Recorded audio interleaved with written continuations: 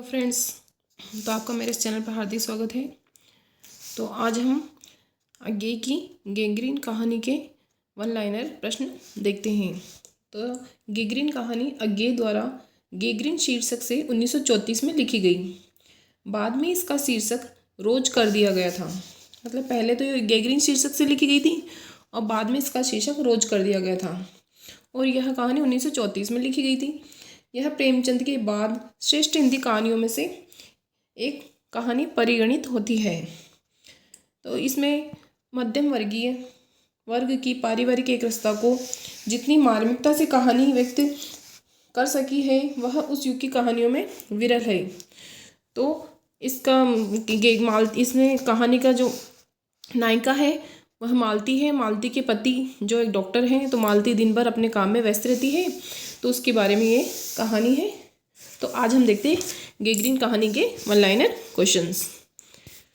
तो गैंग्रीन कहानी के रचनाकार कौन है? गैंग्रीन कहानी अज्ञे की है। यह 1934 में लिखी गई थी। 1934 में।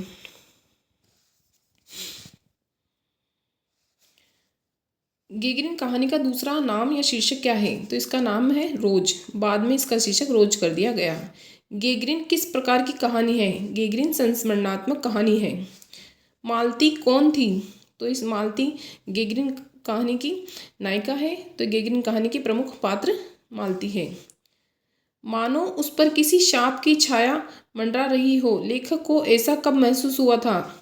तो लेखक को ऐसा मालती के घर के आंगन में पैर रखने पर महसूस होता है।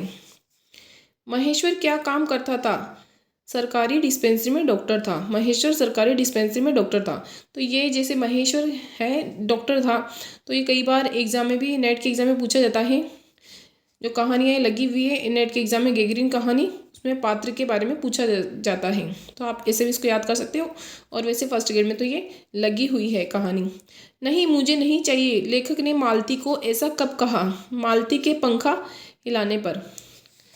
मैं आज कोई 4 वर्ष बाद उसे देखने आया हूँ। यहाँ मैं एवं उसे का प्रयोग हुआ है क्रमशः लेखक, कथाकार व मालती के लिए। मालती की शादी को कितने वर्ष हो गए थे? मालती की शादी को 2 वर्ष हो गए थे।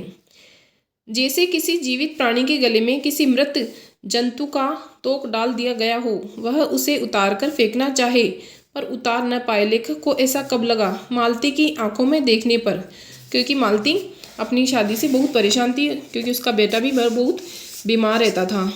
वह सारे दिन बिस्तर पे पड़ा रहता था, मालती का पुत्र। वे यहाँ नहीं है। यहाँ किसने किसको एवं किसके विषय में पूछा?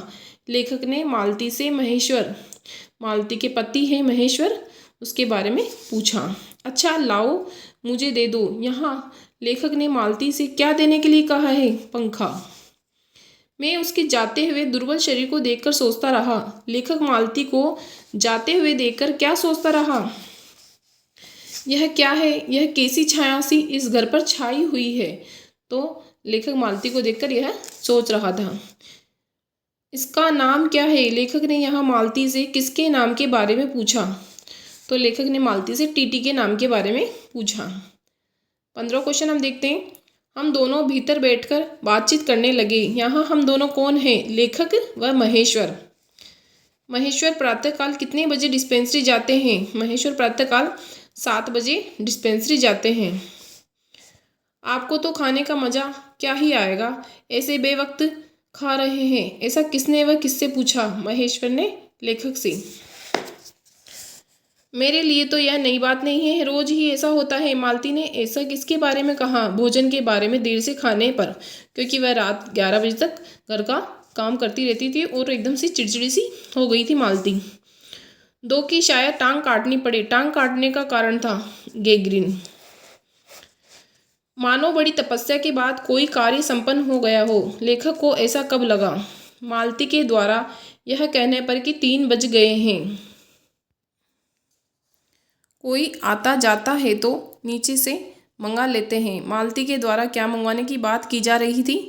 सब्जी मंगवाने की। तो मालती नीचे से कोई भी सब्जी बेचने वाला आता था उससे सब्जी मंगवा लेती थी। रोज ही होता है, कभी वक्त पर तो आता नहीं। आज शाम को 7 बजे आएगा। मालती के इस कथन में किसके 7 बजे आने की बात हो रही है? पानी की।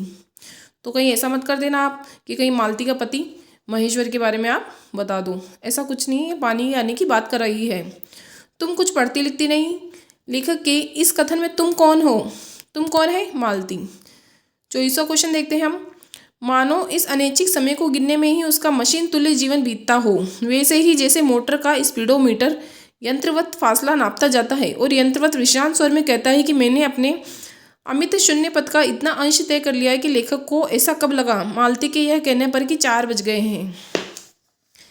मालती समय समय पर टाइम की याद महेश्वर को दिलाती रहती थी। गैंग्रीन कैसे हो गया? महेश्वर ने लेखक को गैंग्रीन होने का क्या कारण बताया? कांटा चुभने से। केस बनाते देर क्या लगती है? कांटा चुभा था, इस पर टांग काटनी पड़े। यह भी कोई डॉक्टर ही है? हर दूसरे दिन किसी की टांग किसी की बाह काट आते हैं, इसी का नाम है अच्छा अभ्यास। मालती के इस कथन में भाव है व्यंग्य और उपहास का। तो डॉक्टर को काम तो मतलब पेशेंट को ठीक करना है, तो इसका मालती उपहास या मजाक बनाती है। 27वां क्वेश्चन हम देखते हैं। आज तक तो सुना नहीं था कि कांटों के चुभने से मर जाते हैं। यह कथन किसका है? मालती का। 28वां क्वेश्चन। आपके आने का इतना लाभ ही होगा। इस वाक्य में महेश्वर लेखक के आने पर किस बात की बात कर रहे हैं? बाहर सोने के। 29वां क्वेश्चन हम देखते हैं। मैंने कहा मैं मदद करता हूँ। यहाँ लेखक ने महेश्वर की क्या मदद की? पलंग बाहर निकलवाने की।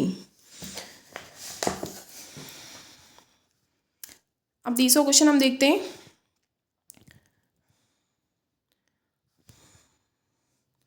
अब हम तीनों 2 पलंगों पर बैठ गए। यह तीनों हैं महेश्वर, टीटी और लेखक।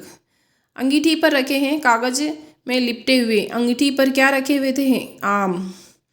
मालती चलती चलती संध्या के उस क्षण प्रकाश में उसी को पढ़ती जा रही थी। मालती क्या पढ़ रही थी? मालती पुराने अखबार का टुकड़ा पढ़ रही थी। जब हम स्कूल में भर्ती हुए ही थे तब हमारा सबसे बड़ा सुख, सबसे बड़ी विजय थी। लेखक व मालती के लिए सबसे बड़ा सुख है, सबसे बड़ी विजय क्या थी? चोरी से क्लास से भागकर आम के बगीचों में कच्ची आमियाँ तोड़कर खाना। 34वां क्वेश्चन हम देखते हैं। पिताजी ने मालती को पुस्तक लाकर दी यहाँ तथा कहा कि इसके 20 पेज रोज पढ़ा करो। हफ्ते भर बाद में देखूँ कि उसे समाप्त कर चुकी हो। तो मालती ने क्या किया? वह नित्य उसके 10 पन्ने 20 पेज फाड़ कर फेंक देती थी। मतलब उसने पढ़ा नहीं था उस बुक को, उसके वह पेज फाड़ कर फेंक देती थी। किताब मैंने फाड़ कर फेंक दी, मैं नहीं पढ़ूंगी। मालती ने ऐसा किसको कहा? पिताजी को। लेखक के अनुसार उद्दत और चंचल मालती आज कैसी हो गई? शांत, क्योंकि शादी के बाद वह काम में, पूरे घर गृहस्थी के काम में व्यस्त सी हो गई थी। 37वां क्वेश्चन। और हम दोनों चुपचाप और डैश डैश डैश और एक दूसरे के कहने की और न जाने किस किस न्यूनता की पूर्ति की प्रतीक्षा करने लगे। रिक्त स्थान की पूर्ति करें। और हम दोनों चुपचाप मतलब रात्रि की और भोजन की और एक दूसरे के कुछ कहने की और न जाने किस किस न्यूनता की पूर्ति की प्रतीक्षा करने लगे। उपयुक्त वाक्य में हम शब्द का प्रयोग हुआ है लेखक एवं महेश्वर के लिए। 39वां क्वेश्चन हम देखते हैं। आप तो थके होंगे, सो जाइए, ऐसा किसने किससे कहा? लेखक ने महेश्वर को।